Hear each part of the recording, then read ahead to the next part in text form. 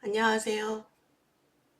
네, AI로 쓰기 쉬운 데이터 사이언스 김영리입니다. 인공지능 그리고 데이터 사이언스 이 두 가지 키워드를 한 번쯤은 들어보셨을 겁니다. 요즘 우리 삶에 사실 다양한 측면에 매우 큰 영향을 미치고 복잡한 변화가 숨가쁘게 일어나고 있는 요즘이잖아요.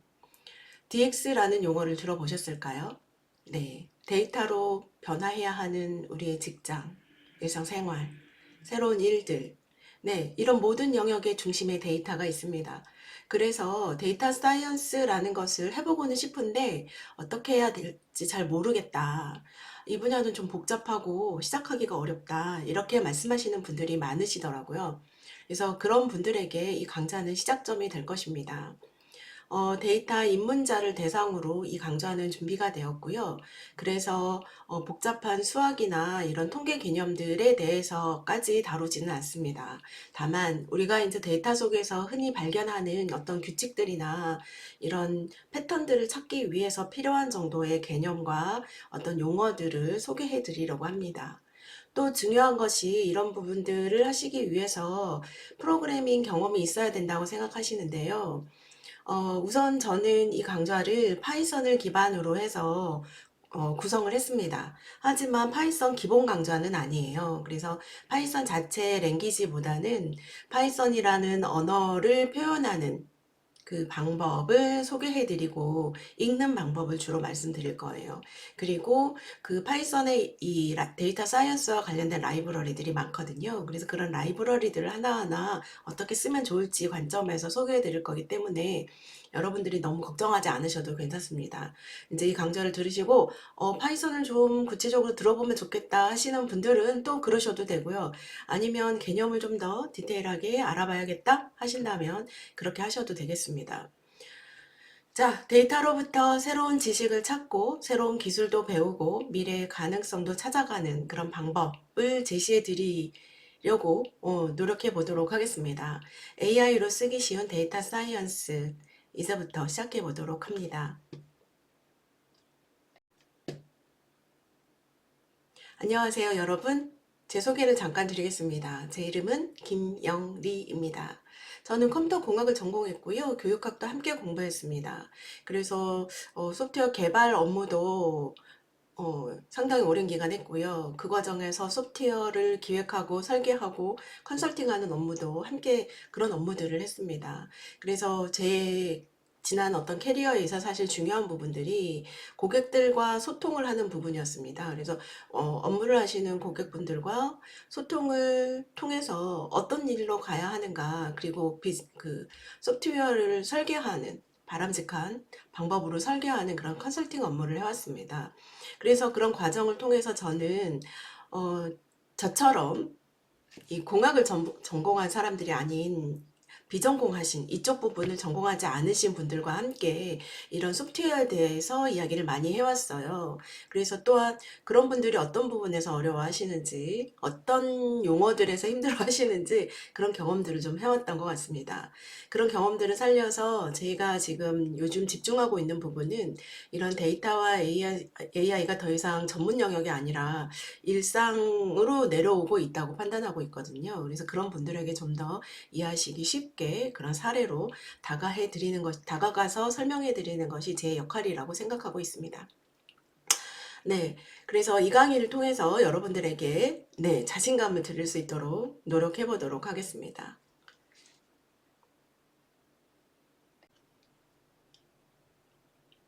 네, AI로 쓰기 쉬운 데이터 사이언스는 총 20번의 20개의 강의로 준비되었습니다.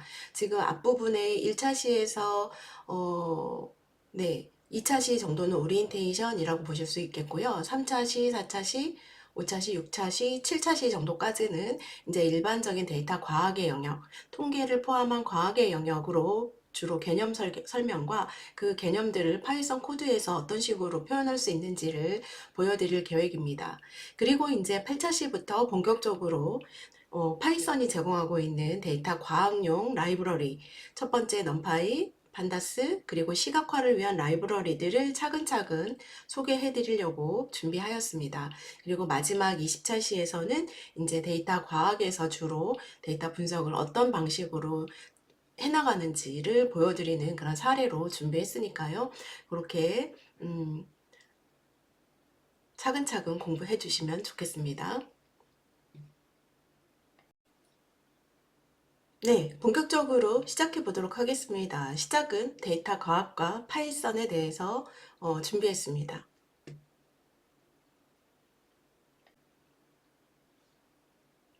네, 잠시 시간을 드릴게요. 여기 이 인용문을 한번 읽어봐 주시겠어요? 네, 튜링상을 수상한 데이터베이스와 SQL의 기초를 닦은 그 짐 그레이 박사의 코멘트입니다. 데이터 과학이 이제는 그 과학의 네 번째 파라다임이 데이터 과학이다. 이렇게 이야기하고 있습니다. 그렇게 된 이유는 과학이 경험과 이론과 계산 이런 것들에 기초한 학문이었다면 이젠 거기에 무엇이 들어가야 한다고 주장했냐면 데이터라고 했어요. 근데 그 말이 지금 현실로 되고 있죠. 네. 이렇게 된 이유는 아마도 정보기술이 발전하고 그 과정에서 그 통신기술이 발전하면서 데이터가 너무 아주 많아지고 있다. 그런 부분에서 기인한다라고 이야기하고 있습니다. 그래서 데이터 과학은 데이터를 수집하고 처리하고 분석해서 유용한 정보를 추출하는 그런 분야입니다. 이렇게 추출한 데이터로부터 우리는 통찰력을 얻을 수 있다는 거죠. 그렇게 찾아낸 통찰력을 이용해서 의사결정에 활용하면 좀 더 나은 방향으로 나아갈 수 있을 것이다. 그래서 현대사회에서 이런 데이터를 활용하는 이런 분야가 굉장히 관심을 많이 받고 있는데 이런 영역이 의학이나 공학에 가리지 않고 경영이나 이런 부분에서 다양하게 활용되고 있습니다.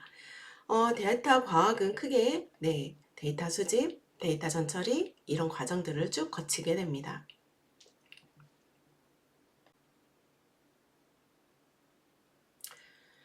화면에 보시는 영역이 데이터 과학의 분야를 요약해 놓았습니다. 이제 굉장히 흥미로운 정의인 것 같아요. 데이터 과학은 우선 데이터 자체로부터 정보를 추출하고 그것으로부터 의사결정을 하고 그 의사결정 과정에 필요한 어떤 예측 모델을 만드는 등 이런 다양한 목표를 가지는 그런 분야입니다.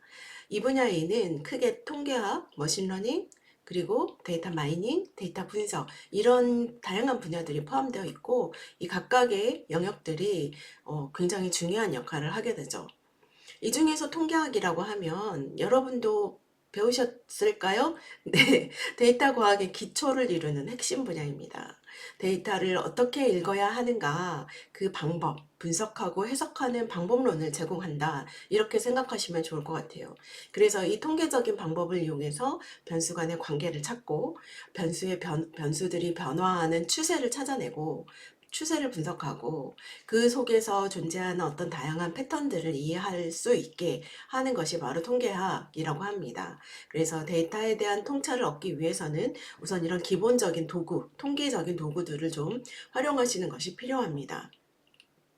두 번째로 머신러닝은 데이터로부터 이렇게 학습하고 예측하고 결정하는 이런 과정이 이제 우리가 통계학 같은 이런 분야들에서 주로 이제 하시게 되는 일들이잖아요. 근데 이제 그것들을 자동화하는 방법론입니다.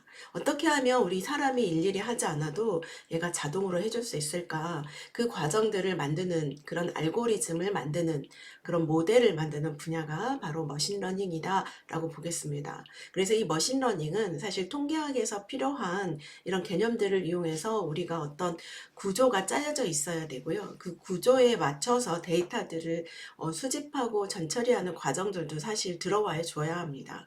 그렇게 해서 만들어진 데이터를 자동으로 분석해서 처리해주는 그런 모델을 개발하는 것이 머신러닝인 거죠.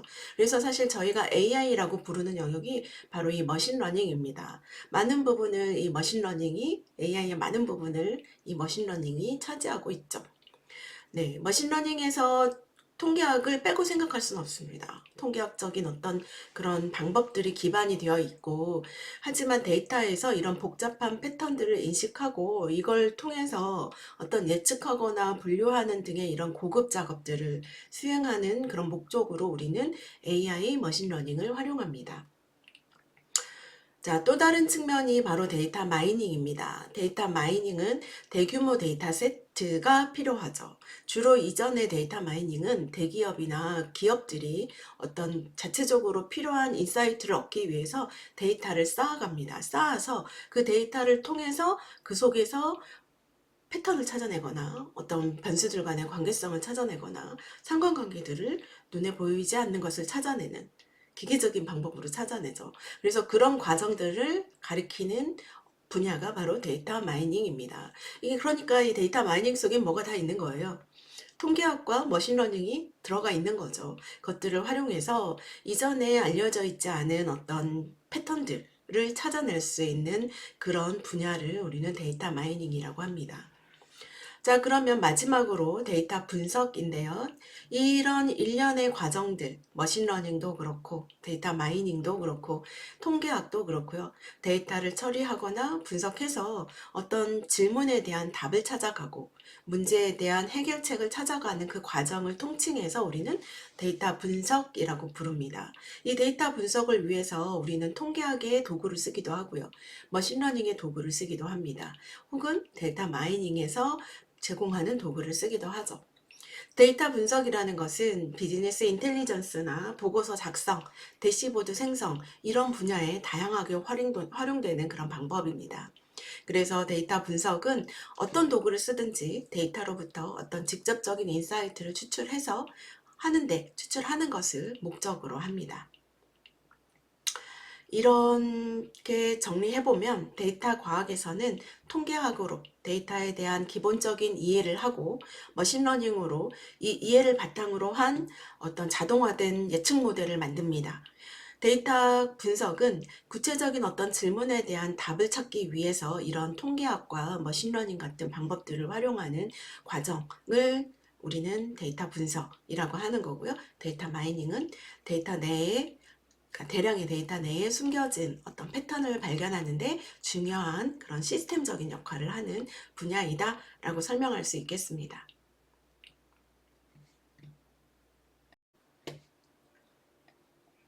그러면 이제 데이터 사이언스를 시작하는 입장에서 우리가 배워야 하는 것이 우리가 익혀야 하는 기술이 과연 무엇인가 이게 굉장히 중요하잖아요. 그래서 준비했습니다. 이 차트는 사실 이쪽 데이터 과학 쪽에서는 굉장히 많이 인용되고 있는 차트예요. 여기에 보이는 이 이미지에는 데이터 과학에서 어떤 기술이 필요한지를 데이터 과학적으로 설명하고 있습니다. 첫 번째 이 동그라미에서 말하는 해킹 스킬, 그리고 두 번째가 이제 수학과 통계적인 지식, 세 번째가 이제 전문적인 어떤 도메인의 전문성, 이렇게 꼽고 이렇게 세 가지 축으로 이야기하고 있죠.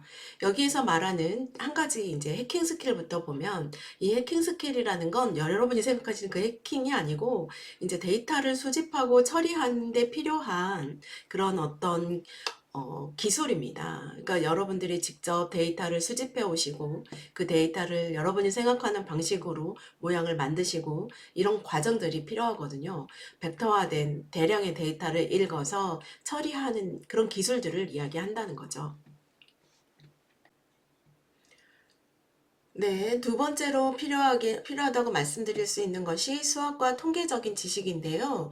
이 수집과 전처리 된 데이터를 이제 해킹 스킬로 다루어서 그 데이터를 이용해서 어떤 수학적인 방법으로 처리를 다루어야 된다는 거죠. 그리고 통계적인 관점에서 어떤 통계량들이 필요한지를 아시고 그것들로 만드실 수 있어야 된다. 그러니까 통계적인 어떤 지식을 활용할 수 있어야 된다. 이렇게 말씀드릴 수 있습니다. 근데 이제 여기서 말하는 것은 우리가 막 통계를 전문적으로 알아야 되고 이런 것이 아니라 이제 최소 제곱 회귀 분석, 머신러닝에서 이런 이야기 나오거든요. 최소 제곱 회귀 분석 이런 것들이 무엇인지 또 거기에서 어떤 값들을 중요하게 어떻게 해석해야 하는지 이런 방법들을 아시는 정도의 학습이 필요하다 이렇게 보시면 되겠습니다.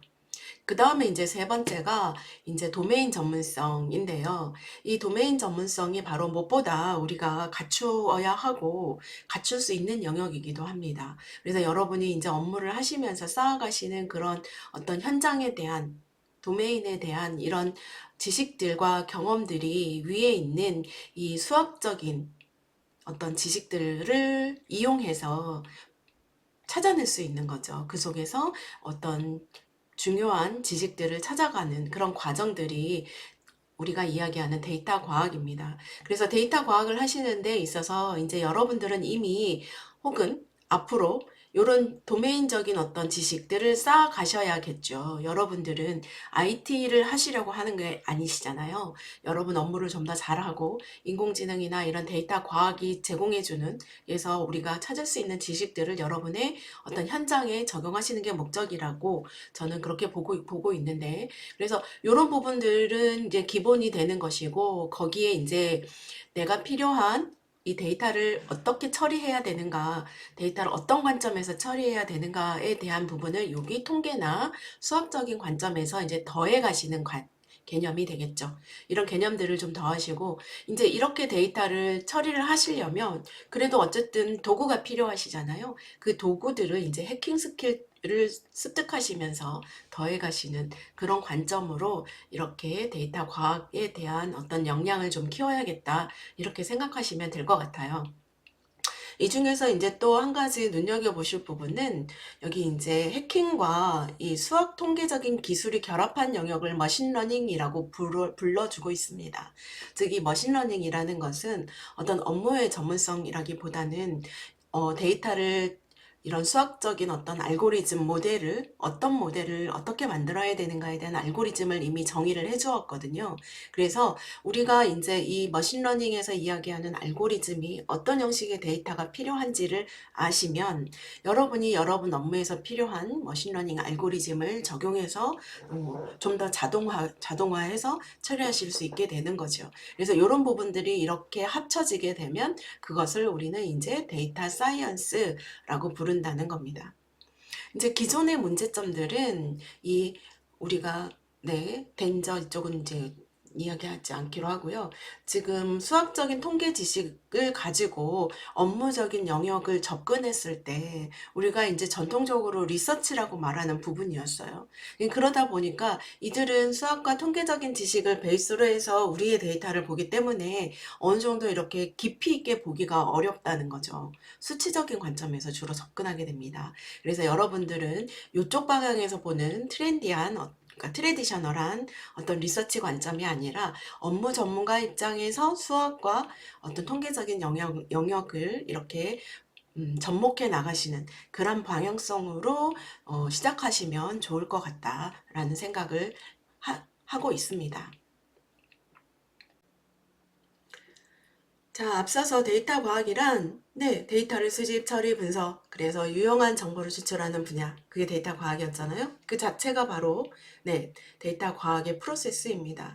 데이터 과학은 굉장히 많은 데이터들을 대상으로 해요. 그리고 다양한 데이터들을 대상으로 하죠. 그래서 문제는 이 데이터들을 다양한 소스에서 다양한 방법으로 수집해야 된다는 겁니다. 그래서 이쪽 부분이 사실은 기술적인 부분이 사실 상당히 많이 필요한 거죠. 두 번째로 이렇게 수집한 데이터들을 우리는 정제하고 변환해서 이 분석할 수 있는 모양으로 분석할 만한 가치가 있는 데이터로 만들어 주어야 합니다. 그래서 그 과정을 우리는 데이터 전처리라고 통칭하고요. 이 안에서는 데이터를 어떤 정리하고 클린징, 깨끗하게 만드는 거죠. 우리는 이걸 정제라고 하기도 합니다.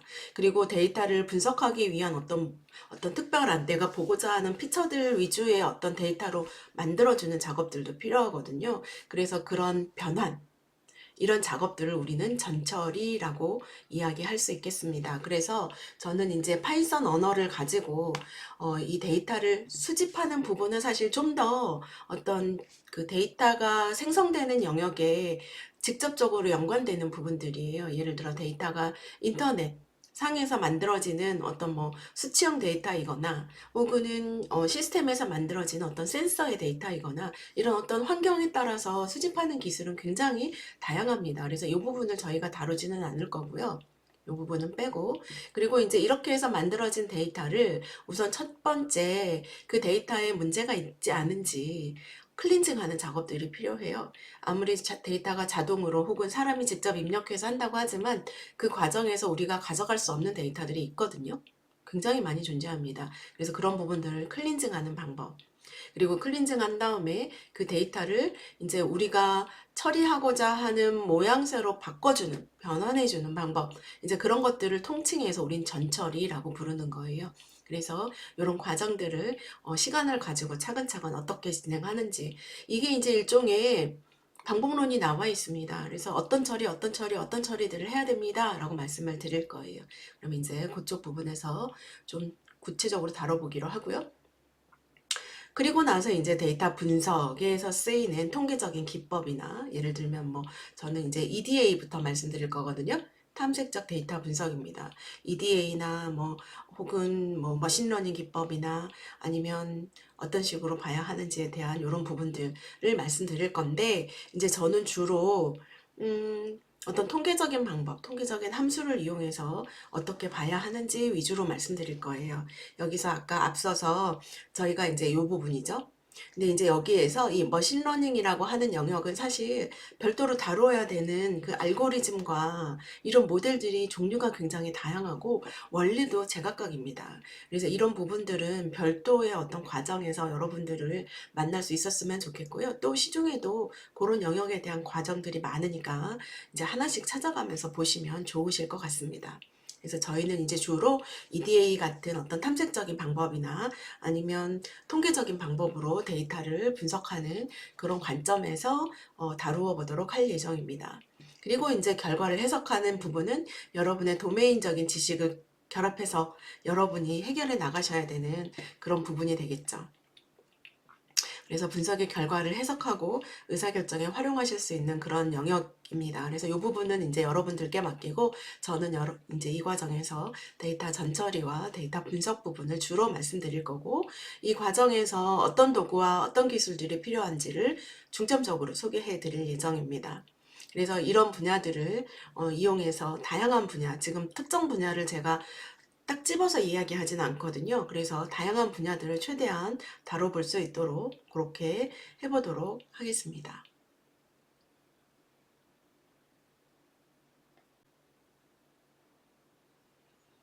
네, 데이터 과학에 필요한 프로그래밍 언어 무엇이 있을까요? 어떤 도구를 써야 할까요? 프로그래밍 언어를 꼭 알아야 될까요? 라는 질문들을 굉장히 많이 하세요. 근데 거기에 대한 대답은 저는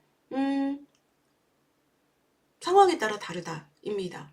사실 저 회사 다닐 때 엑셀 굉장히 많이 썼습니다. 이제 제 업무 자체가 데이터를 많이 다루어야 했고요. 그렇지만 제가 다루는 데이터는 이제 비즈니스 그 시스템 안에서 만들어지는 어떤 범위가 있는 데이터였기 때문에 굉장히 많은 막 그런 데이터는 아니었어요. 그래서 저는 그럴 때 엑셀 가지고 굉장히 많은 부분들을 처리를 했습니다. 그래서 제 생각에도 처음 입문용으로 엑셀은 굉장히 훌륭한 도구이고 그렇게 많지 않은 데이터들을 다룰 때 적합하다, 이렇게 추천드립니다.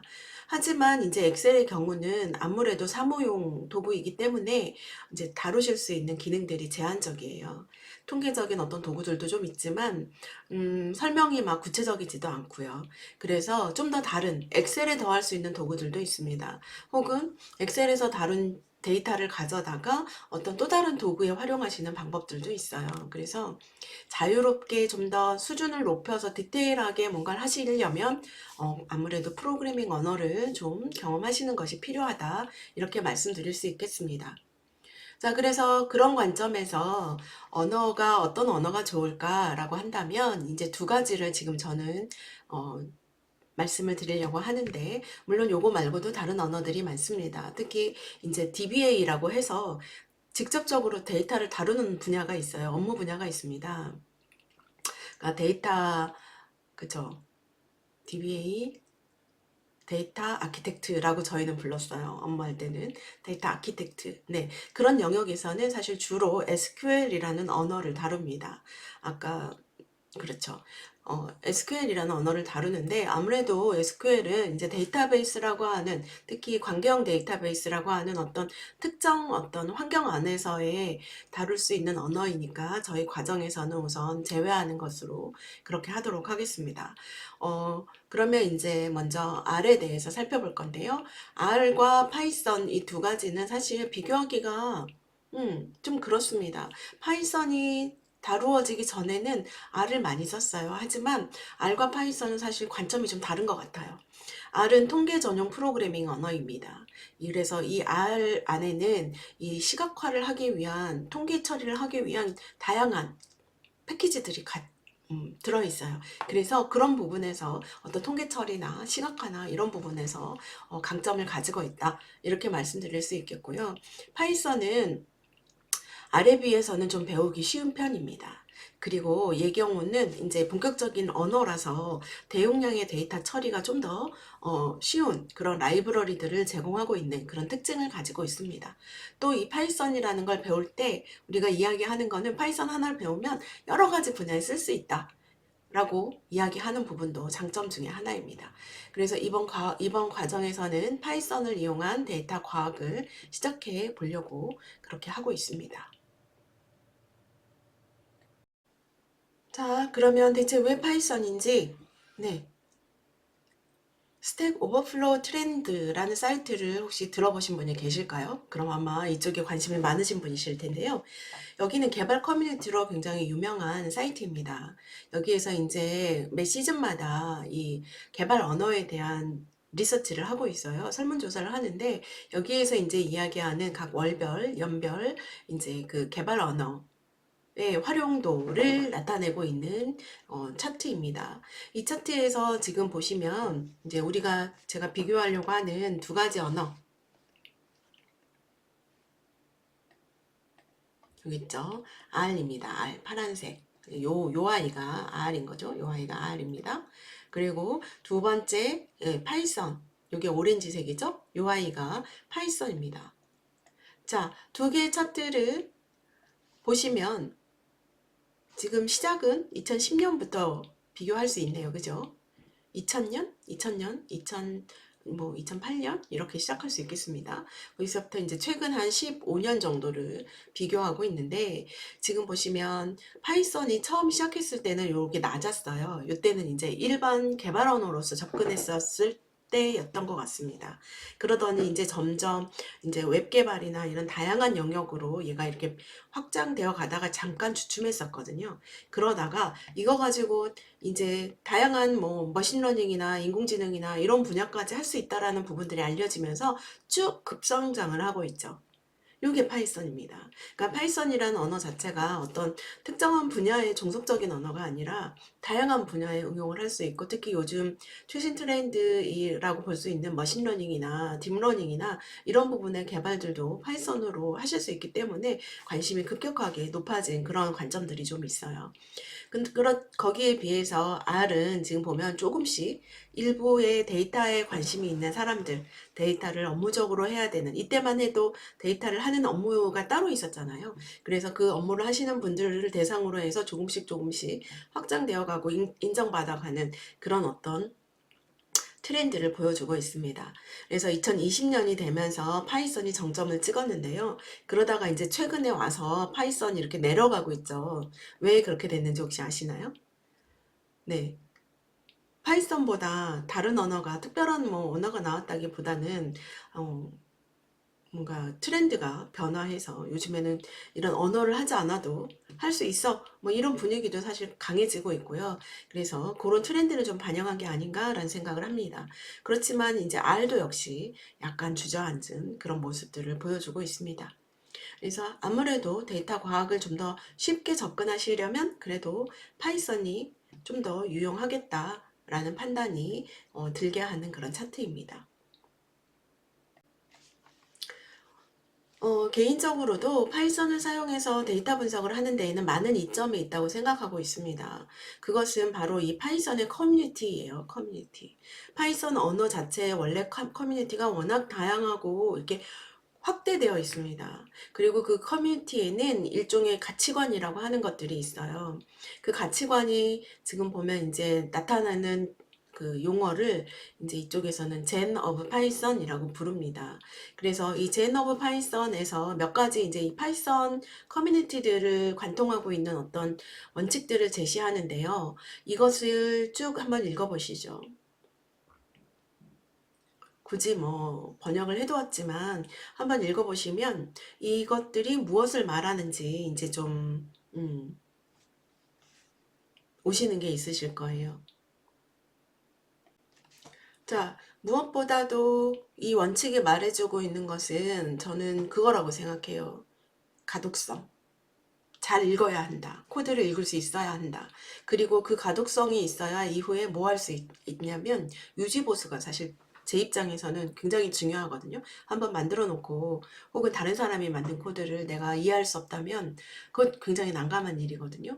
근데 이런 영역에서 일수록 유지보수가 굉장히 중요해요. 그래서 그런 부분들을 이야기하고 있는 그런 원칙이라고 저는 생각하고 있습니다. 그래서 첫째, 가독성이 높은 코드가 데이터 분석에서 사실 종종 중요해요. 코드가 명확하고 이해하기 쉽게 작성되어야 하거든요. 근데 이제 그런 관점에서 보면 파이썬이 이해하기 쉽고 가독성이 높고 간결하고 직관적이다 이렇게 평가합니다. 두 번째로 유지보수성이 좋으려면 어떤 부분들이 필요하냐면요. 어떤 데이터가 바뀌는 것을 반영한다든가 어떤 목표가 수정됨에 따라서 그런 부분들을 적용한다거나 혹은 추가적인 요구사항이 들어왔을 때 어떻게 코드를 수정하는 작업들이 좀 쉬워진다거나 이런 것들이 사실 빈번한데 그런 부분들을 해주는 겁니다. 그런 파이썬의 코드가 수정과 확장이 용이해서 프로젝트의 유연성과 확장성을 보장한다 이렇게 말할 수 있어요. 특히 여기 보면 단순함이 복잡함보다 낫다라는 이런 원칙이 그런 성격들을 대변하고 있는 것으로 보입니다. 그래서 파이썬 데이터 분석에서는 정제되지 않은 데이터를 처리하고 복잡한 분석을 해나가는 그 과정을 좀 더 단순하게 접근하고 효과적으로 남겨둘 수 있도록 그 과정을 기록할 수 있도록 도와줍니다. 결론적으로 이런 부분들 때문에 파이썬이 데이터 분석에서 가장 많이 활용되고 있는 그런 언어가 아니냐라고 이야기할 수 있겠습니다. 자, 그러면 좀 더 구체적으로 파이썬에 대해서 소개해 드리겠습니다. 파이썬의 장점, 뭐니 뭐니 해도 제일 첫손에 꼽히는 게 바로 오픈소스입니다. 네, 그 라이브러리 자체가 공개되어 있죠. 그리고 필요하실 때 편리하게 가져다 쓰실 수 있습니다. 근데 이제 아무리 오픈되어 있고 공개가 되어 있어도 이게 가져다 쓰고 어렵다면, 뭔가 가져다 쓰기 어렵다면 아마 장점이라고 할 수 없을 텐데요. 여기에 파이썬에 정말 이 오픈소스이면서 중요한 장점이 문서화라는 겁니다. 문서화. 그래서 파이썬의 라이브러리들에는 이런 문서화 기능들이 기본으로 들어있고 그런 부분들 때문에 문서화가 굉장히 잘 되어 있는 편입니다. 그래서 이런 문서들을 보시고 뭐 도큐멘테이션이나 튜토리얼이나 혹은 커뮤니티가 만들어낸 튜토리얼이라든가 이런 부분들을 활용하시면 좀 더 파이썬을 쓰시기에 쉽게 접근할 수 있다는 겁니다. 두 번째 장점은 뭐니 뭐니 해도 고수준 언어입니다. 이거는 이 언어 자체가 좋다 나쁘다의 뜻이 아니고요. 사람이 이해하기 쉽다라는 거예요. 그러니까 로우 레벨, 기계 중심이 아니라 사람이 보는 관점에서 이해하기 쉬운 언어라는 겁니다. 그래서 그런 문법을 이용해서 되도록 간략하게 잘 쓸 수 있으면서 거기에 문서화까지 지원하고 있기 때문에 파이썬이 좋다, 쓰면 좋을 것이다 라고 이야기할 수 있는 거죠. 세 번째는 다양한 생태계. 이제 요거는 제가 앞서서도 말씀드린 바가 있어요. 파이썬을 활용하는 다양한 영역들이 있기 때문에 우리가 좀 더 활용도가 높다 이렇게 평가받고 있습니다. 네 번째는 재미있는 표현이죠. 배터리 인클루디드입니다. 즉 얘는요. 기본 라이브러리, 기본 환경이 이 배포판에 다양한 표준 라이브러리들이 이미 다 들어 있습니다. 그래서 기본 어떤 파이썬만 설치하셔도 다양하게 쓰실 수 있는 그런 라이브러리들이 많이 들어있고요. 또 우리가 분석해서 사용하는 이런 라이브러리들을 이제 필요하다면 추가로 그 자체적으로 이런 라이브러리들을 추가할 수 있는 인스톨러가 내장되어 있어요. 그래서 그 인스톨러를 이용하셔서 라이브러리를 쉬운 방식으로 가져다 쓸 수 있습니다. 그래서 그런 부분들도 역시 파이썬의 장점이라고 볼 수 있습니다. 뭐 잡아주고 이런 거 없이 그냥 이 인스톨러로 설치만 하시면 됩니다. 그리고 다섯 번째가 이제 요거는 이제 또 다른 관점인데요. 아까 다양한 생태계랑 좀 연결되는 거일 수도 있겠어요. 접착제 언어라고 하는 것은 얘가 이 파이썬이라는 언어가 범용성이기 때문에 다양한 언어들을 이렇게 쌓는 언어 형태로, 왜냐하면 우리가 언어를 여러 개를 다 배울 수는 없잖아요. 뭐 자바라든가 자바스크립트라든가 뭐 C라든가 이런 것들을 모두 배울 수 없기 때문에 그런 언어로 되어 있는 라이브러리를 파이썬으로 이렇게 한번 쌓줍니다. 그래서 그 파이썬이 접착제 역할을 한다고 해요. 그러면 이제 우리는 파이썬을 할 줄 아는 우리들은 파이썬을 이용해서 그런 다양한 라이브러리를, 고수준의 라이브러리, 그러니까 성능이 좋은 라이브러리들을 가져다 쓸 수 있는 그런 장점들이 있는 거죠. 우리가 이제 앞으로 쓰게 될 넘파이가 그러하고요. 그리고 이제 뭐 플론리 같은 라이브러리들도 사실 코어는 다른 언어로 되어 있거든요. 근데 이제 그걸 파이썬으로 이렇게 캡슐화해서 우리가 마치 파이썬으로 된 것인 것처럼 가져다 쓸 수 있는 그런 기능들을 제공해 줍니다. 역시 파이썬의 중요한 장점이다라고 볼 수 있겠습니다.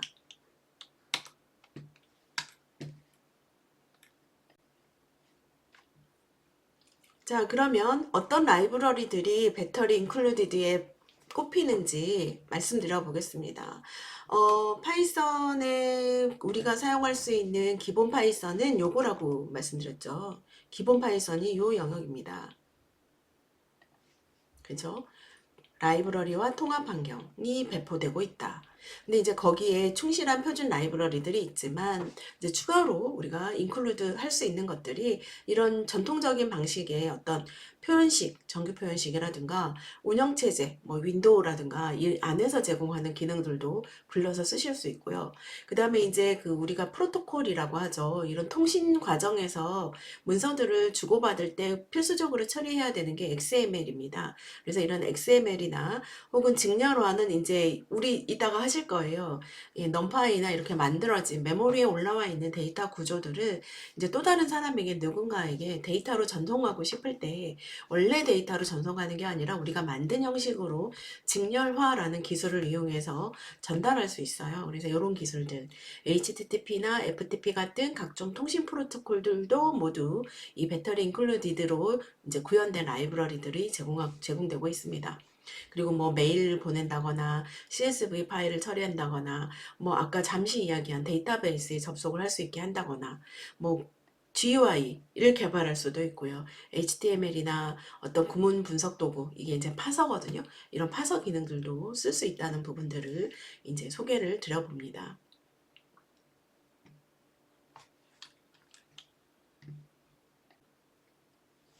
자, 파이썬의 언어적인 특징을 소개해 드려 보겠습니다. 파이썬은 가장 큰 언어는 인터프리터라는 거예요. 인터프리터는 네, 한 줄 치면 그 한 줄을 번역해서 바로 실행한다는 뜻입니다. 그러니까 미리 컴파일 해두는 것이 아닌 거죠. 그래서 실시간으로 우리가 명령을 넣으면 그 명령에 대한 피드백을 바로바로 받을 수 있는 대화형 프로그래밍 언어이다라는 게 파이썬의 첫 번째 특징으로 볼 수 있겠습니다. 두 번째는 이 파이썬의 경우는 읽기 쉬운 코드를 표방한다고 말씀드렸잖아요. 기존의 언어를 했던 사람으로서 꼭 해야 했던 것이, 익혀야 됐던 것이 바로 이 괄호입니다. 여기 지금 C 언어 예를 제가 들어놨는데, 기존에 있는 전통적인 언어에서는 우리가 정의하는 어떤 모듈, 기능, 펑션들의 영역, 혹은 명령어의 실행 영역, 혹은 if문 같은 이런 반복 조건문이나 반복문이 어디까지 포함되어야 하는가를 정의하기 위해서 이런 가로를 썼습니다. 중괄호죠. 이 중괄호를 맞추지 않으면 얘가 컴파일이 안 됐어요. 그래서 지금 이 팩토리얼이라고 하는 얘는 C 언어의 함수인데요. 이 여기서 함수를 시작했으면 반드시 함수를 닫아줘야 했죠. 또 if은 이런 조건문을 이렇게 시작했으면 반드시 닫아주어야 하고요. else라고 하는 대체하는 조건을 기록하기 위해서 열었다면 반드시 닫아주어야 합니다. 이런 어떤 문법상의 어떤 엄격함이 기존의 언어에는 있었어요. 그렇지만 이게 사실 어쩔 수 없는 거죠. 네, 내가 실행하려고 하는 그 명령의 영역이 어디까지인지를 사실 명시적으로 넣어주는 거가 필요하거든요. 네. 근데 이제 그것을 기존의 언어에서는 이런 괄호를 이용했다면 이것이 분명하고 어떤, 그쵸? 분명성에서는 좋겠지만 이게 하는 사람 입장에서는 되게 성가셨거든요. 근데 이제 그런 부분들을 파이썬을 개발한 사람은 그게 싫었던 모양이에요. 그래서 지금 보시면 파이썬에는 이 괄호가 보이지 않죠. 이 괄호를 대신해서 이제 파이썬을 배우신 분들은 아시겠지만 이 콜론을 이용해서 영역의 시작을 나타냅니다. 그러면 끝은 어디까지야? 라고 하겠지만 그 끝은 이 들여쓰기를 기준으로 같은 들여쓰기만 하면 무조건 같은 범위 안에 있다고 판단합니다. 즉, 첫 번째 코드 if문과 else문은 이 콜론하고 첫 번째 이 deps를 맞추고 있죠. 그러니까 얘네들은 이 콜론의 범위 안에 들어옵니다. 그러면 그 다음에 있는 return이라는 이 명령은 이 지금 if문하고 같은 레벨이 아니죠. 한 단계 더 들어가 있습니다. 그러니까 여기가 1단계라고 한다면 2단계 들어가 있죠. 그죠? 그러니까 얘는 이 영역 안에서 같은 범주 안에 들어가는 그런 표식이라고 볼 수 있겠습니다. 그래서 이런 어떤 파이썬의 문장은 불필요하다고 판단되는 네, 가로 같은 이런 부분들을 빼고 들여쓰기로 각을 맞추는 그런 형식으로 코딩을 해서 가독성을 높입니다. 이게 이제 생각보다 코드를 읽기 쉽고 이해하기 쉽게 해요. 그리고 그렇기 때문에 이런 어떤 교육이나 이런 부분, 팀 작업할 때 사실 이게 사람마다 성향이 좀 달라서 쓰는 방법이 다르거든요. 그래서 그런 부분들에서 공유하기가 용이하다 이렇게 판단합니다. 그래서 파이썬에서의 들여쓰기의 의미는 이제 이미 파이썬을 공부하신 분들에게는 뭐 익히 아시겠지만 반드시 우리가 이제 앞에서 이 이후에 데이터 분석을 진행하는 과정에서 이 들여쓰기만큼은 꼭 이해하시고 이 들여쓰기를 지켜서 여러분들이 코드를 작성하시는 것이 필요합니다. 들여쓰기는 흔히 보통은 이렇게 이제 탭을 쓰시는 분들도 많이 있으세요. 키보드에 있는 탭키. 네, 저도 이제 탭키를 많이 쓰거든요. 왜냐면 들여쓰기를 통상 한 4칸 정도 하면 이 들여쓰기가 너무 길어버리면 코드가 옆으로 이렇게 넓게 되잖아요. 그런 면에서 좀 불편하거든요. 그래서 한 4칸 정도를 추천을 드리는데 이게 이제 파이썬에서 추천하는 규약이에요. 근데 이제 이 4칸으로 일일이 스텝 4칸을 공백을 넣기보다는 보통 이제 탭키에 4칸을 이동하게 설정해서 그렇게 쓰게 됩니다. 그래서 그런 부분들은 이제 적용하시면서 쓰시면 좋겠습니다. 네, 그래서 이 부분까지 들여쓰기를 꼭 지켜서 작성하셔야 된다는 부분까지 소개를 해드려 보았습니다.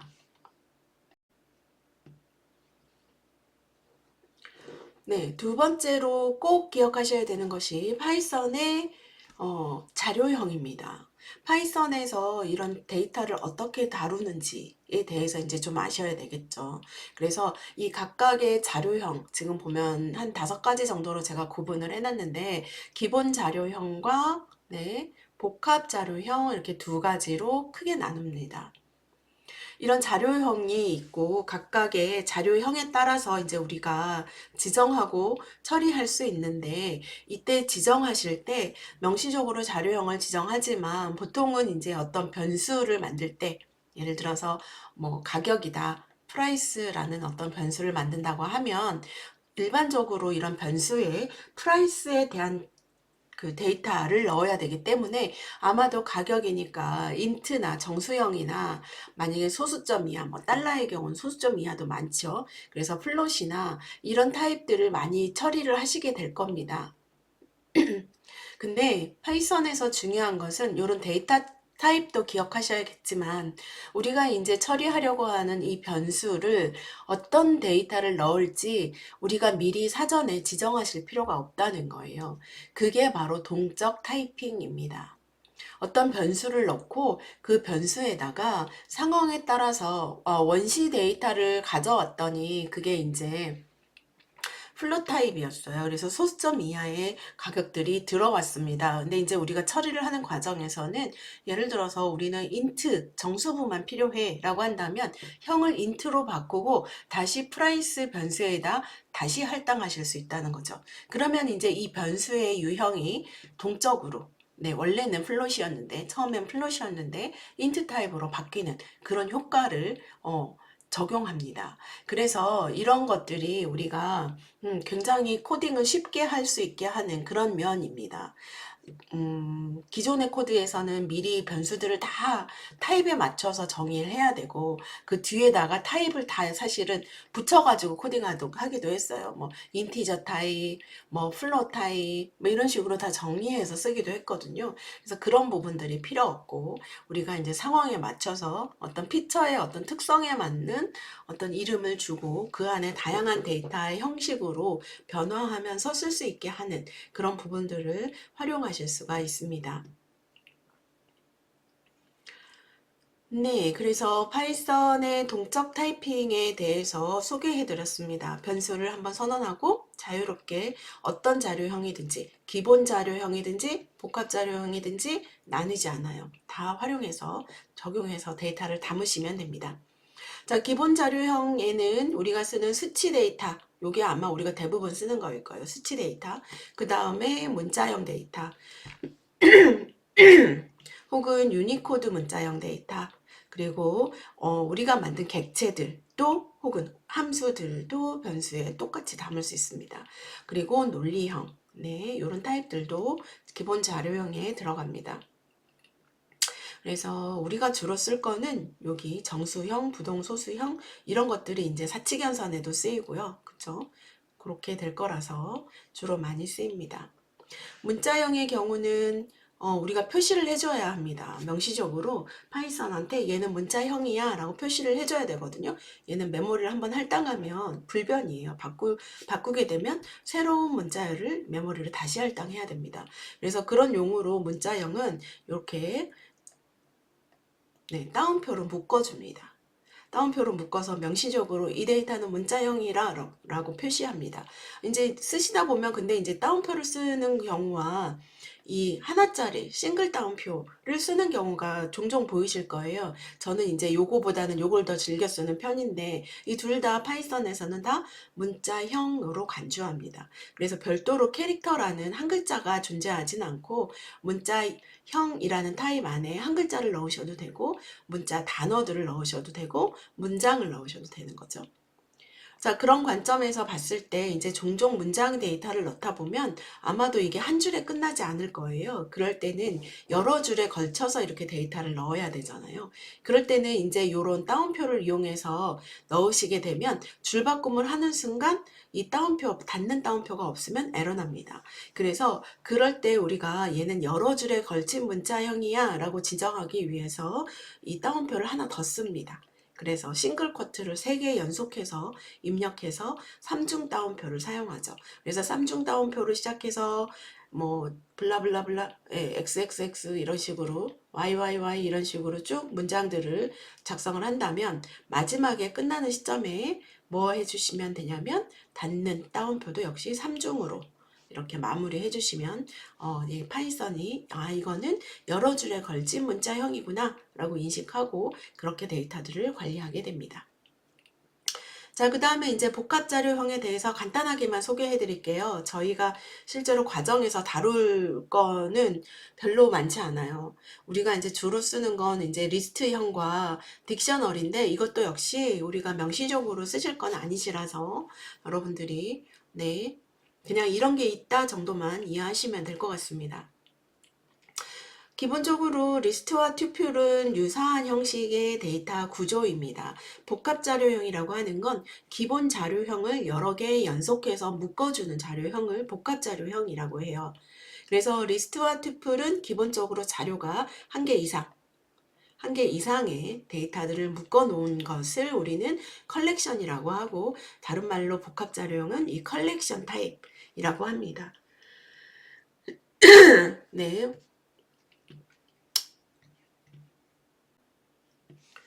자, 그래서 복합 자료형에 대해서 말씀을 드리고 있습니다. 첫 번째로 리스트와 튜플. 그래서 리스트와 튜플이라고 하는 이 자료의 구조형은 여러 개의 값들을 순서가 있게 저장하는 타입이 리스트와 튜플입니다. 리스트와 튜플은 그래서 데이터들을 저장할 때 이렇게 연속해서 순서대로 정리하게 돼요. 그러면 이제 순서 값을 가집니다. 자, 그러면 리스트하고 튜플이 왜 두 개가 같이 있어요? 두 개가 각각이 어떤 차이가 있어요? 라고 한다면, 리스트는 가변적이고요. 튜플은 불변입니다. 그러니까 리스트는 한번 만들고 나도 이후에 필요하면 추가할 수 있어요. 이렇게. 혹은 필요 없는 건 딜리트가 됩니다. 하지만 튜플은 그게 안 돼요. 그래서 한번 두 개짜리 튜플 딱 만들었으면 바꾸고 싶지 않을 때, 그럴 때 튜플이라는 자료형을 사용합니다. 우리는 대부분 이제 리스트로 쓰게 되겠죠. 네. 우리는 이제 데이터 분석용이기 때문에 어떤 다양한 값들을 넣고 빼고 하는 용도로 쓸 거라서 리스트를 주로 많이 쓸 겁니다.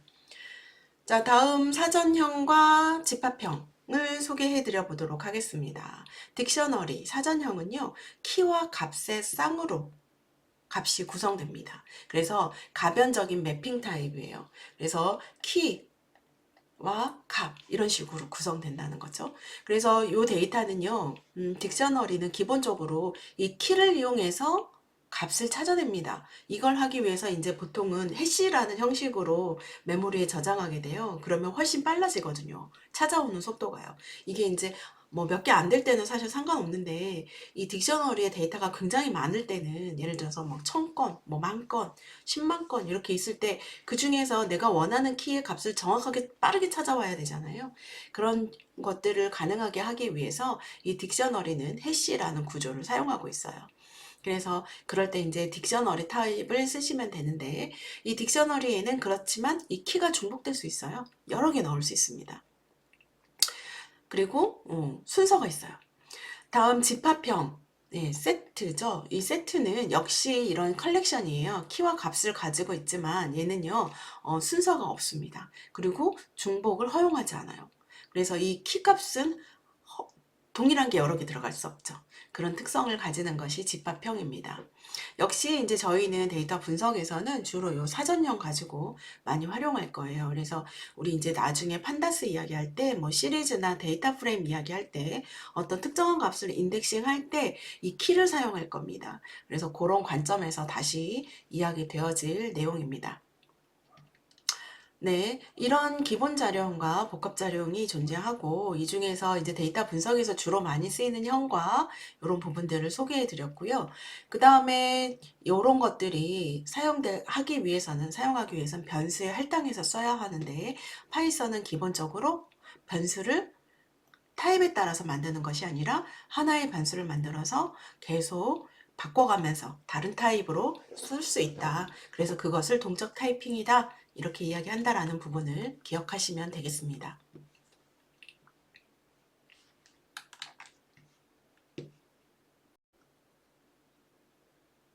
네, 파이썬에 대해서 이번에는 환경, 라이브러리 관점에서 소개해 드려 보겠습니다.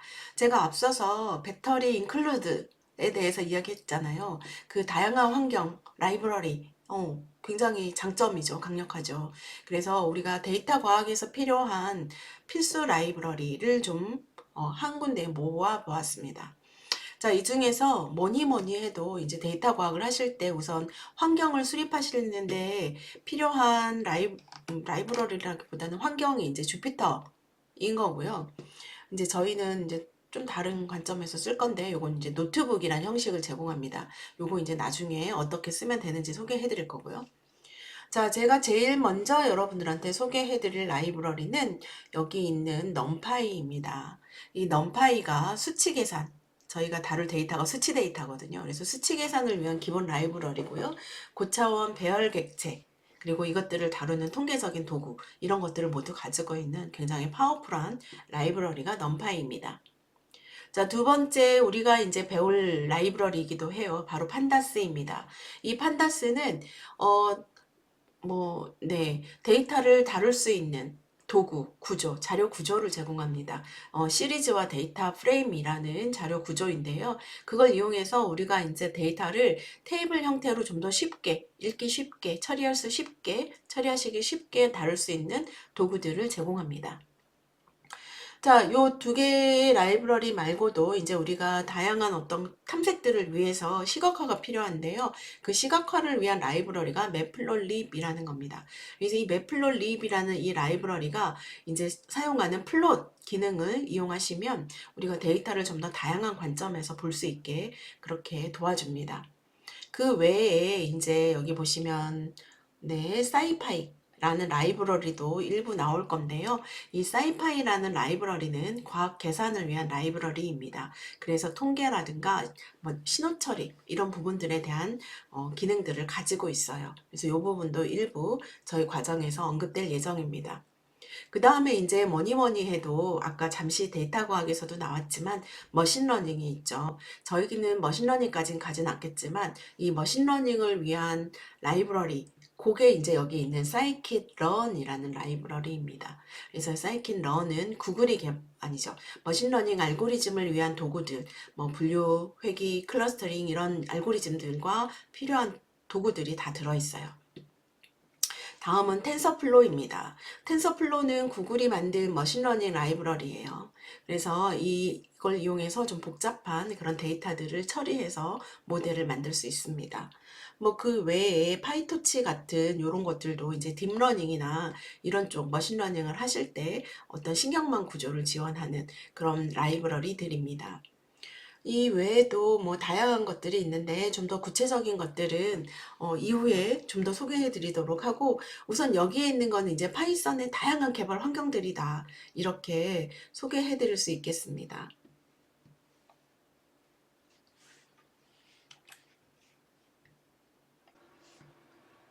자, 그러면 본격적으로 파이썬에서 라이브러리, 저희가 필요한 라이브러리 위주로 소개를 해드리겠습니다. 자, 넘파이는 필수죠. 네, 저희 데이터 과학 하는데 꼭 아셔야 합니다. 넘파이의 핵심 기능은 여기 보시는 것처럼 n디멘저널 어레이를 제공하는 겁니다. 그러니까 우리가 데이터를 좀 더 다차원, 특히 2차원 데이터의 형식으로 많이 이제 변환을 하실 거거든요. 그 작업을 효율적으로 할 수 있게 도와줍니다. 그래서 이 배열을 사용해서 수치형 데이터들, 특히 수치형 데이터들을 다루실 수 있어요. 넘파의 또 다른 중요한 특징은 벡터와 연산입니다. 즉 데이터를 벡터로 만들어주고 이 서로 다른 벡터끼리 연산을 좀 더 자유롭게 빠르게 할 수 있도록 하는 그런 기능들을 제공합니다. 이 벡터화 연산 덕분에 사실은 코드가 간결해지고 속도가 빨라진다고 그렇게 알려져 있어요. 그래서 뉴메리컬한 컴퓨팅 툴이다, 수치를 다루는 툴이다 라는 부분들 기억하시면 좋겠습니다. 선형대수, 프리의 변화, 랜덤한 수를 생성하는 이런 함수들도 넘파이가 제공하고 있기 때문에 꼭 기억하시면 좋겠습니다. 세 번째로 넘파이는요, 오픈소스이고요, 다양한 하드웨어와 컴퓨팅 플랫폼을 지원한다고 알려져 있습니다. 저희야 이제 주로 파이썬 가지고 넘파이를 쓸 거지만, C나 포트란 같은 그런 언어로도 통합이 가능하다고 그렇게 알려져 있습니다. 그래서 만약에 성능이 중요한 어플리케이션이라면 이 넘파이를 쓰시는 것이 굉장히 효과적이겠죠. 그리고 메모리 사용을 최적화해서 대용량 데이터셋을 좀 더 효과적으로 처리할 수 있도록 이 퍼포먼스 관점에서 사실 굉장히 막강한 그런 라이브러리입니다. 그래서 이 사이즈 자체가 클 텐데 그것들을 좀 더 쉽게 그러면서도 효과적으로 쓸 수 있게 그렇게 도와줍니다. 그래서 보통 이 넘파이의 배열을 저희가 이제 파이썬의 리스트, 앞서서 제가 복합 구조용에서 파이썬의 리스트라는 형태를 소개해 드렸는데요. 이 두 개를 비교하면 넘파이의 어레이가 파이썬보다 훨씬 더 적은 메모리를 쓰고요. 훨씬 더 빠른 연산을 사용한다. 이렇게 생각하시면 되겠습니다. 그래서 저희 입장, 즉 데이터의 양이 많은데 그것들을 처리할 때는 훨씬 유리하다. 라고 하는 거죠. 그래서 넘파이 배열을 좀 더 많은 영역에서 이 데이터 과학 측면에서 많이 쓴다. 이렇게 되겠습니다.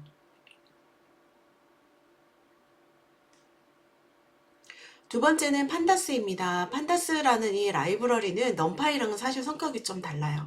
넘파이는 수치형 데이터들을 대용량으로 빠르게 다룰 수 있게 해주지만 네, 통계 처리나 뭐 이런 수치, 연산이나 함수 처리나 이런 것들을 잘 해줍니다. 그렇게 된 데이터를 가져다가 우리는 이제 보기 쉽게 여러 가지 각도로 바꿔가면서 이제 분석을 하셔야 되죠. 그 분석하기 위한 도구, 바로 판다스입니다. 그래서 판다스에서는 이름 자체처럼 표 형태의 데이터를 다루는 용도로 이 판다스를 쓰게 돼요. 그래서 판다스에는 뭐 시리즈, 뭐 데이터 프레임 이런 구조가 있습니다. 그래서 이 판다스를 이제 저희가 자세하게 살펴볼 거예요. 그래서 여기 보시면 뭐 문서, 뭐 설치하는 방법, 사용하는 방법 이런 것들도 이런 커뮤니티로 요 사이트 판다스라는 이름의 요 사이트에 가시면 찾아보실 수 있습니다. 하지만 이 판다스가 처음 쓰시는 분들한테는 사실 좀 어려워요. 헷갈리기도 하고요. 그래서 그런 부분들을 좀 더 집중적으로 어떻게 쓰면 되는지에 대해서 소개해 드려 보도록 하겠습니다.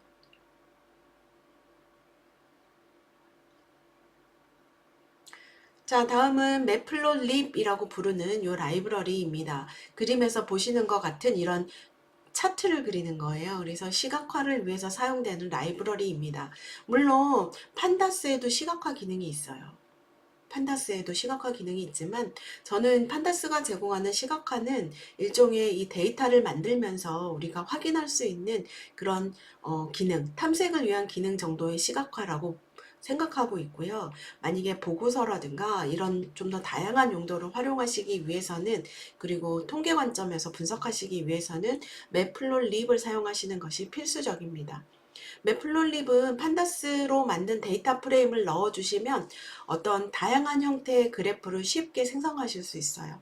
뭐 선 그래프, 막대 그래프, 산점도 뭐 이런 다양한 그래프들을 그리실 수 있다는 게 이 판다스의 매플롯립의 장점인 거죠. 근데 이 매플롯립을 사용법 자체는 굉장히 단순하지만 여러분들이 이제 처음 데이터 분석을 하시는 입장에서는 내가 대체 이 데이터를 어떤 차트를 그려야 볼 수 있는지가 사실 더 어려워요. 그래서 그런 관점에서 저는 좀 더 자세히 다뤄보려고 그렇게 하겠습니다. 하지만 이 그래프를 예쁘고 효과적으로 꾸미는 방법, 그런 것도 굉장히 중요하겠죠. 그래서 그런 관점에서도 여러분들이 확인해 보시면 좋겠습니다. 네, 다음은 C본이라는 차트입니다. 이 C본은 이름이 참 재밌죠. 네, 스태티스티컬한 데이터. 네, 통계적인 데이터들을 좀 더 아름답게 만들어주는 라이브러리가 C본이라는 라이브러리입니다. 통계 그래픽스 기법을 구현해 놓았어요. 그래서 우리가 데이터 프레임으로 데이터를 구성을 해서 넣어주기만 하면 우리가 필요한 통계적인 어떤 방법으로 그래프를 좀 더 아름답게 그려주는 라이브러리입니다. 이 C5는 사실 매플롯립하고는 좀 달라요. 그래서 통계를 좀 더 이해하시면 통계 관점에서 축이나 이런 부분들을 어떻게 다루어야 되는지를 이제 적용하시면 옵션들이 좀 더 있거든요. 그래서 그런 부분들을 좀 이해하시면 좀 더 파워풀하게 이 C본이라는 라이브러리를 쓰실 수 있겠죠.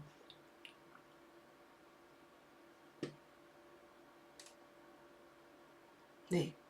매플롯립을 기반으로 통계적인 관점으로 다루는 그런 차트, 라이브러리다, 이렇게 기억하시면 좋겠습니다. 네, 다음은 아이파이썬입니다. 아이파이썬, 인터랙티브 파이썬이라고 부르는 이 라이브러리들은요, 이 파이썬의 어떤 인터프리터 언어라고 소개해드렸죠. 좀 더 나은 방식의 대화형 언어로 만들겠다라고 해서 시작한 이 라이브러리가 아이파이썬이고요. 사실 이 아이파이썬이 나오면서 파이썬이 좀 더 대중화되었어요. 그래서 아이파이썬 자체는 어떤 구현을 위한 그런 라이브러리는 아니지만, 분석 도구로서의 기능은 아니지만, 이 아이파이썬의 대화형 기술이 우리가 데이터 분석을 하는 과정에서 좀 더 컴파일하고 실행하는 방식이 아니라 실행하고 찾아보고 실행하고 찾아보고 이런 관점으로 이 파이썬을 활용하는데 좀 더 편리해진 그런 측면이 있습니다. 그래서 저희가 아이파이썬 자체를 다루지는 않을 거지만 우리가 이제 사용하는 이 환경 자체가 아이파이썬이라고 이해하시면 좋을 것 같아요. 그래서 아이파이썬에서 이야기하는 셀의 개념, 그리고 주피터 노트북의 개념들이 우리가 이제 이 분석 과정에서 좀 더 직관적이고 이런 결과를 알려준다라고 이해하시면 좋겠어요. 그래서 그 정도만 이해하셔도 사실 충분하실 것 같습니다. 그래서 우리는 아이파이썬을 이용해서 어떤 코드랑 문서화를 같이 해나가는 그런 과정들을 이제 살펴보시게 될 겁니다. 다음은 사이파이라고 부르는 라이브러리입니다. 사이파이는 과학계산 컴퓨팅 영역의 어떤 그런 문제 관점에서 라이브러리가 구성되어 있어요. 그래서 뭐 인티그레이티드 라고 하면 수치형 적분 루틴, 미분 방정식 이런 것들을 다루고요. 그 다음에 리니어 알고리즘, 넘파이 이런 것들은 리니어 알고리즘 넘파이가 다루는 선형대수 루틴이나 매트릭스 분해보다 좀 더 이제 광범위하게 기능들을 제공합니다. 또 옵티마이즈라는 라이브러리는 함수 최적화를 위한 그리고 방정식의 근을 구하는 그런 알고리즘들이 포함되어 있어요. 그 중에서 우리는 이 스테이츠라는 라이브러리를 쓸 건데요. 이 스테이츠는 이름처럼 어떤 표준, 연속 함수나 이산 확률 분포 같은 이런 다양한 통계적인 어떤 알고리즘, 통계적인 도구들을 가지고 있는 게 이 사이파이의 스테이츠라는 라이브러리입니다. 그래서 저희가 아마도 많은 부분에서 넘파이랑 사이파이를 같이 사용할 것 같아요. 그래서 그 두 가지를 쓰시면 전통적인 어떤 과학 계산 에서 필요로 하는 그런 모든 기능들을 대체할 수 있는 그런 굉장히 파워풀한 그런 라이브러리다라고 말씀드릴 수 있겠습니다. 다음은 사이킨런입니다. 사이킨런은 2010년 정도부터 만들어지기 시작했어요. 그래서 우리가 이제 머신러닝이라는 기술이 확장되면서 그 머신러닝용 도구로 이제 사용되고 있습니다. 이 사이킨런 안에는 뭐 분류라든가 회귀라든가 그죠? 요런 클러스터링, 차원 축소, 뭐 요런 모델을 어떻게 만들지 요런 부분에 대한 어떤 다양한 기능들이 있어요. 그래서 이 사이킨런이 아까 앞서 말씀드린 판다스나 어떤 스테이츠 모델 이런 것들과 함께 데이터 과학의 핵심 라이브러리로 지금 들어가고 있어요. 그래서 저희 과정을 끝내시고 이제 머신러닝 쪽으로 좀 더 확장해 나가실 때는 이 사이킨런이라는 라이브러리에 대해서도 꼭 다루어 보시기를 추천드립니다. 그래서 그런 관점에서 좀 소개를 해드려 보았어요. 다음은 스테이츠 모델입니다. 이 스테이츠 모델은요, R에서 하고 있는 회귀 분석 모델을 파이썬 버전으로 만들었다 이렇게 생각하시면 좋을 것 같아요. 그래서 통계 분석을 전문으로 하는 라이브러리입니다. 사이킨런은 하고 비교해보면 사이킨런은 이제 머신러닝 관점이고요. 이 스테이츠 모델은 전통적인 통계, 계량 경제학 알고리즘 이런 것들을 나타낸다라고 그렇게 평가하실 수 있어요. 그래서 뭐 회귀 모델이나 분산 분석, 시계열 분석, 비모수 기법, 뭐 이 통계 분석의 시각화 이런 기능들을 다양하게 포함하고 있습니다. 자, 여기까지 해서 이제 파이썬에서 사용하는 이 통계 분석과 어떤 데이터 분석과 관련된 라이브러리 소개해 드렸고요. 다음으로는 이제 환경 구축인데요. 파이썬을 사용하실 수 있는 환경 방법은 이렇게 크게 이제 한 가지, 두 가지, 뭐 한 세 가지 정도로 나눌 수 있습니다. 그 중에서 첫 번째랑 두 번째는 이제 저희는 다루지 않을 거고요. 우선 저희가 이제 좀 더 쉽게 어떤 개념이나 접근성 관점에서 선택한 것은 이 구글 콜앱이라는 환경입니다. 그래서 파이썬 기본 환경과 이 배포판을 포함하고 있는 아나콘다 환경은 이제 별도로 이제 활용 방법들을 이제 찾아보시면 좋을 것 같고요. 워낙 잘 되어 있어요, 커뮤니티들이. 그래서 그런 부분에서 찾아보시길 추천드리고요. 저희는 구글 클라우드에서 제공하고 있는 구글 콜라보토리라고 하는 환경을 이제 사용하려고 합니다. 구글 콜앱은요, 네, 데이터 분석이나 머신러닝에서 굉장히 일반적으로 사용되고 있는 툴입니다. 이 구글 콜랩은 주피터 노트북 환경하고 동일하게 생겼어요. 그래서 주피터 노트북이 아까 잠시 말씀드린 아이파이썬 환경이거든요. 그래서 대화용으로 어떤 실행해보고 탐색하고 실행하고 탐색하고 이런 환경이 가능해요. 그래서 이 콜앱에서 여러분들이 사용하시면 이제 프로그램을 테스트하고 저장도 하실 수 있고 이제 다른 사람에게 오픈해서 공유할 수도 있고 같이 작업할 수도 있는 그런 환경을 이제 제공해 줍니다. 그리고 얘는 이제 우선 또 한 가지 장점이라고 하는 것은 구글이 제공하는 어떤 시스템적인 환경, 클라우드거든요. 그래서 GPU를 무료로 제공한다라는 그런 장점들도 있습니다. 그래서 12기가 정도의 메모리를 제공해주고 100기가 정도의 디스크를 제공해줍니다. 이건 이제 무료로 사용하실 때이고요. 그렇지 않고 이제 좀 더 확장된 어떤 성능이 필요하시다면 이제 멤버십으로 가입하시는 방법도 있습니다. 그래서 이 부분, 이 콜앱에서 이제 저희가 작업을 할 건데, 우선 콜앱을 실행시키기 위한 기본 환경으로는 크롬 브라우저와 구글 계정이 필요하다라고 말씀드릴 수 있어요. 그래서 크롬에서 아무래도 실행하시면 좀 더 원활한 실습을 하실 수 있고요. 그 다음에 이제 소스 코드를 이 크롬, 우리가 작성한 콜앱 노트북을 저장하시고 다음에 뭐 공유하시고 다시 활용하시려면 구글 계정으로 로그인하시는 게 필요해요. 그래서 그런 부분들을 좀 포함하셔야 될 것 같습니다.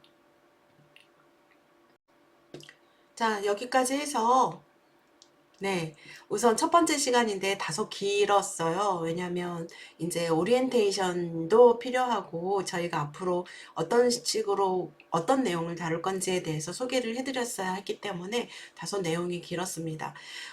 이번 시간에는 그래서 파이썬을 이용해서 데이터 분석을 하는 관점, 파이썬이 아니라 데이터 분석을 하는 관점에서 어떤 것들을 다루어야 하고 여러분들이 익히셔야 되는지를 소개해 드렸습니다. 다음 시간부터 이제 본격적으로 어떤 데이터들을 다루는지부터 해서 소개를 해 드려 보도록 하겠습니다. 네, 고생 많으셨습니다. 다음 시간에 또 뵙겠습니다.